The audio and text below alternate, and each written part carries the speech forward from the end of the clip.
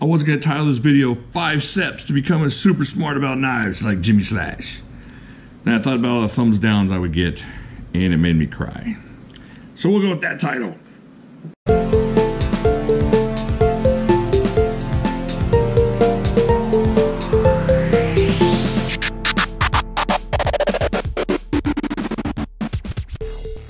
Hey everybody, today I'm going to do a video on the 5 things I wish I knew before I started getting into collecting knives.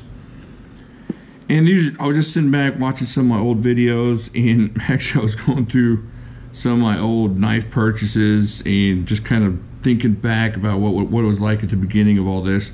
And in all seriousness, in all honesty, this whole thing started probably about the serious collecting for me about 2.5 years ago, and I would say almost 3 years ago. So I kind of looked back and I was looking at old posts I've made and old places I've been to and knives I bought, and I was just thinking, what would have helped me if I'd known it back then. So I made a little list. This is not an all-inclusive. This does not mean this is all you need to know or all that would have helped me, and I'm sure you have ideas, and that's cool. Leave them down there. And if you don't agree with me, that's fine. Let me know down there. But these are the 5 things that I wish I had known. And number 1, I wish I knew more about knife condition and what to look for in knives that I bought. And it sounds kind of silly or maybe insignificant, but it really wasn't. What happened was I would buy a knife and I would look at it, mess around with it. There were a couple I would, of course, keep out and use a lot. And then there were other ones that would go into the knife bag. And then when I started learning more about knives and when I started getting more into this and being more knowledgeable, I would go back and I would find, this knife was really, really wiggly and so much blade plate. And that was something I never really checked for in the beginning, was blade plate or lock rock, or holy heck, look at that. Is it lock rock? Anyways, so I would, and I would run my thumb down the blade, and I would find little chips, little microchips in there, and things I hadn't known before. Maybe they did a little work on the tip and had done a decent job, but they chipped a little of the tip and had reformed it. And I missed out on a lot of that, and it's because I really didn't know what to look for in the beginning, didn't know about condition. And that's one thing I wish I knew more about. You find something that's been super greased up just so that when you get it, it'll open, but then after a while, the grease starts leaking out all over your fingers. And y'all know, y'all have been through different kind of things where you didn't get the knife you were expecting. This one right here was right up there with that. And that was just recently too, so I'm still learning about this kind of stuff. And that kind of leads me into the second thing I wish I knew about. And that's, I wish I'd known about fakes and clones. And I wish I knew that they existed, and that kind of leads into, all inclusive will include scammers in there and people that are dishonest. And for my background, I should have known about scammers. I'm not totally naive about people that are crooks or dishonest, but when I got into the knife community, I just kind of went in with this weird Dorothy in Kansas, wide-eyed, oh my gosh, little people selling knives everywhere. And I didn't think that there would be so many people that are trying to be dishonest out there. Now, that's not saying a majority of them are, but there are a bunch of people that will take your money. Just the other night, me and a buddy were looking at this thing going on over on Facebook. It was crazy. Just blatant scamming. So I wish I'd known more about that. I've lost money. I've had to, get feeling in your gut when you get tricked or you get scammed or you see a buddy get scammed over on Facebook. Early on the Facebook group, we had that knucklehead that was just robbing people left and right, and we didn't catch him in time before he hurt some people and took their money. And I wish I'd just been a little more squinty-eyed as far as when I was making purchases and what I was looking for. And that goes into the clone thing too. I ran into a couple of Halo clones, a Halo 5 clone that I bought, and just almost lost a bunch of money on that. And it wasn't like it was $100 for a Halo 5. I thought, well, that's a great deal. It was just right there where you're like, oh, that's a great deal, but it's not so great that you think you're going to get scammed. I forget what it was. I think it was $300 or something, like right in that ballpark of being scammed. I've been scammed on different fakes. Of course, there's the whole rash of the Spyderco fakes and different things like that. Thankfully, I wasn't into Spyderco back then. But there are so many different things going on. People trying to take your money, and it goes even into real knives, or people not just. You go back to part 1 where people aren't describing the real condition of their knives, and this is brand new in box. All I did was, file down this, change the scales here, but it's brand new. But they won't even tell you that. They'll just say, hey, this is brand new in box, you get it. And obviously not brand new in box, not like new, it's not even excellent. And then some people, I think, may not be totally honest about that as far as what they're selling, and then some people are just total scammers about it. So I wish I knew more about that. I wish I knew more. And I knew about dishonest people, and I knew about thieves and liars and whatnot. I wasn't, like I said, it wasn't totally just a goofus Shirley Temple dancing through life with a parasol in my hand. But I still got taken enough times, and I saw my friends get taken enough times that I think if I had more information, or if I had a little bit more of a cynical attitude, not a hateful and where it runs everything for you. You don't want that attitude, but you do want that head on a swivel, keep your eyes open kind of thing. And I wish I'd been more open or more knowledgeable in that area as well. All right, so that leads to number 3, which is, I wish I knew to ask more questions. I wish I wasn't as afraid to ask questions. And that's because of a bunch of different things. You get in these forums, you get on these different groups, and a lot of people have these really horrible attitudes about asking questions. And they'll say, well, this question's been addressed 1,000 times. And nothing annoys me more than that. The question's been addressed 1,000 times. Because what it is we're trying, you're trying to have a knife community here. Now, I'm not talking about silly, stupid questions. I'm talking about, man, can you tell me about the steel on this, and why is it 2 steels, and what's the purpose of that? And then when somebody says, well, go over here, there's been asked 1,000 times, well, you're just kind of destroying the whole idea of a community. And I wish I just knew to ask the questions that I needed to know about, and that regarding steel or companies or pricing and anything. And there are people, and as many people as there are out there that are mean and cynical, there are people out there that, number 1, have the same question as you. That's why they have these forums. That's why people searching. And there's number 2, there are a bunch of people with all this knife knowledge that would just love to drop it on you. So don't be afraid to get out there and ask the questions. And don't be afraid, another part of this is, don't be afraid to get out there and ask the questions about the things you're buying. And that doesn't matter. I don't care if you're talking about going to Knife Center and asking a bunch of questions. I haven't been burned by Knife Center, but I've been burned by different big distributors that you didn't ask the questions. And if you have any type of worry, or you have any type of concern, this is your money. This is the money you work for. This is the money that you've been out there sweating for. Ask the questions. Hey, is this knife in stock? Hey, do you have a really good one that you could pick out for me? All they can say is no. But a lot of times they'll say, yeah, we'll pick out a really nice one for you. Hey, is that signature box, does it have a signature on it? Get out there and ask questions. And there were a lot of questions I could have asked that would save me a lot of time, would save me some money. It would have saved me a bunch of hassles and headaches. And I wish I would have known to just get out there. Don't be afraid to ask questions. Don't be afraid to make that phone call. Don't get trapped in this idea about emailing customer service. Give them a phone call. You hear all the time people are saying, well, I'd emailed customer service 3 weeks ago, they never got back to me. Then either they just totally ignored you, or you got lost in the shuffle. Give them a phone call. You can't get lost in the shuffle on a phone call. If they route you to nowhere, call them back. Don't be afraid to get the information you need. If you're getting a knife like this, and this guy says, well, this is like new. Well, how is it like new? How many times you carried it? Does it have any chips in the blade? Get all this information out there so that when it comes back and it's messed up, or it comes back with chips in the blade, or it comes back and it's wiggly, you can go to PayPal and you can talk to them and say, hey, look, here, look, this is what he said right here in writing, and this is the actuality of this knife right here. So don't be afraid to ask the questions, and don't be afraid to get in touch with people.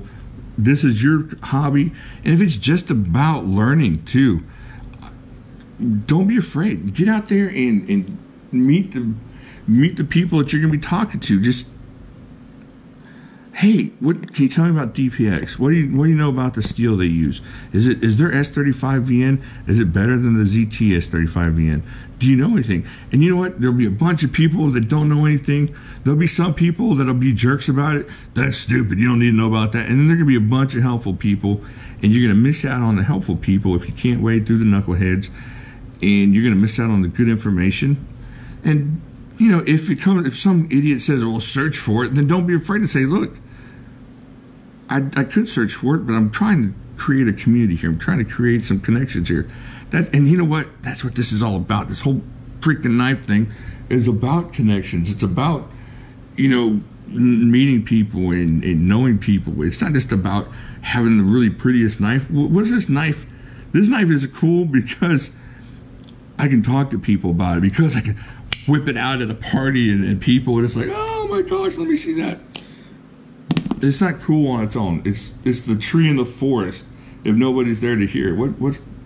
I mean, it's a useful knife, obviously, but am I going to really need that and the Formax?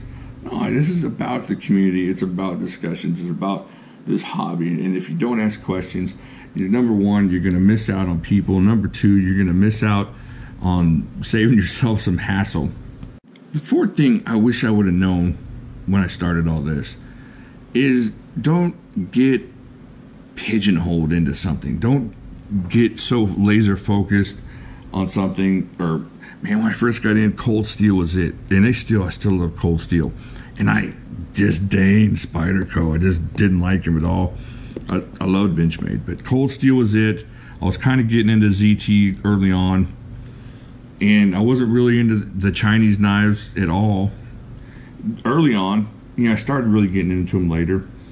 But if you start pigeonholing yourself, you miss out on opportunities of learning about knives, and then you miss out on knives like this, or you miss out on the different kind of things you can learn about knives and the different types of knives. You got this Kubi here, which is awesome.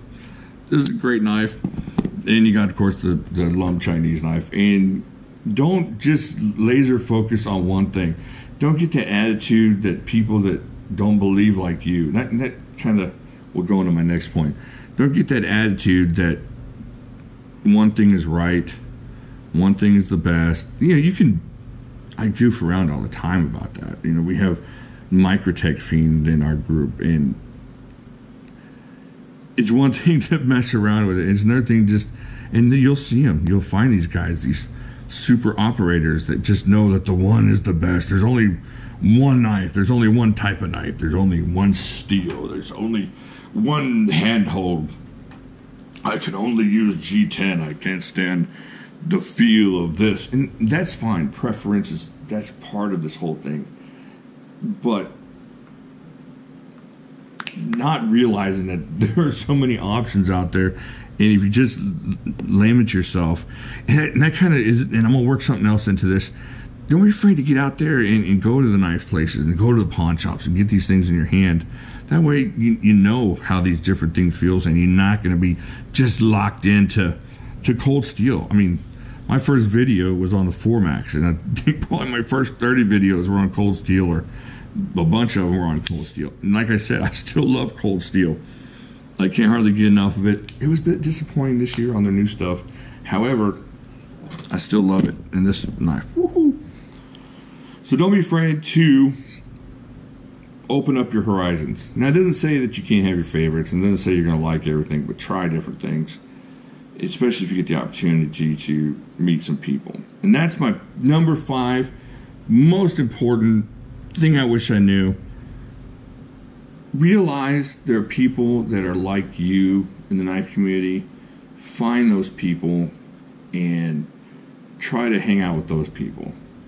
Because if, let's just say you're like me and you're just kind of a meh outdoorsy guy, if you get stuck out in the woods, you'd know what to do kind of.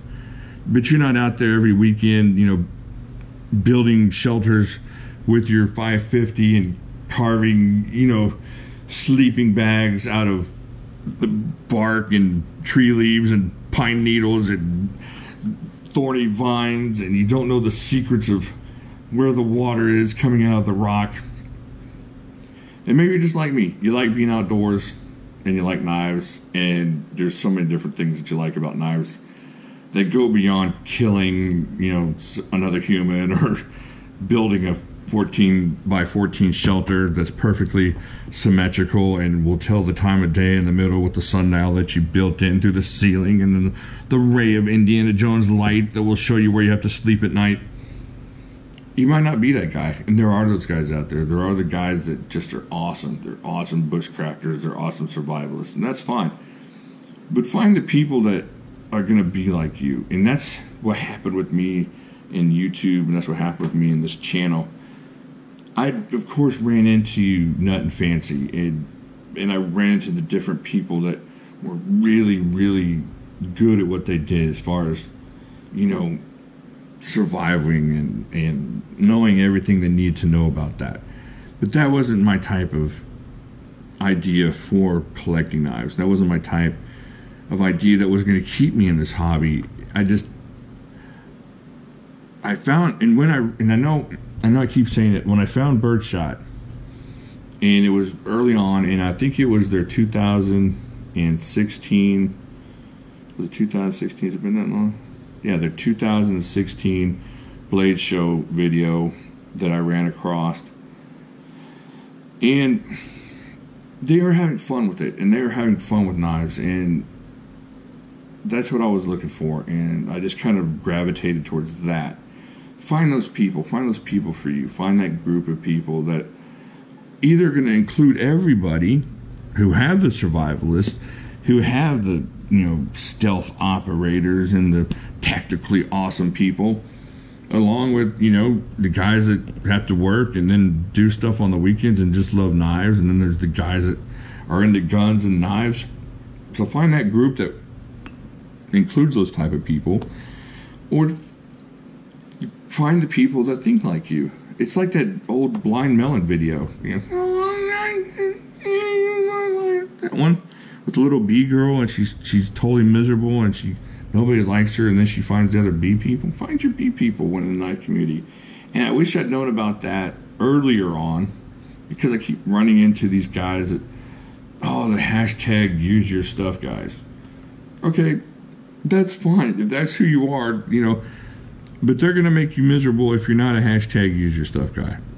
And they're going to make you miserable if you don't want to be around that. Now, if you want to learn and you have questions, go back to where I was saying. Don't be afraid to ask questions. There are a lot of things I love talking to these really good survivalists about. I love talking about how they build shelters or how they sharpen their knives or whatnot. But look for the people that are willing to talk to you with the good attitudes. You don't want the guy in the loincloth with the Rambo knife in his teeth and the exploding arrows trying to tell you, the weekend guy or the knife hobbyist or the guy that just likes knives, about how he killed a deer and used every single inch of it and turned his toenails into small mini poison darts. You don't want to be that guy. You don't want to run into that guy. And don't let the people... See this knife here? This is a perfect example. I love this knife. Now, there are these people out there, they're going to call me a mall ninja for this knife. Just because I love this knife.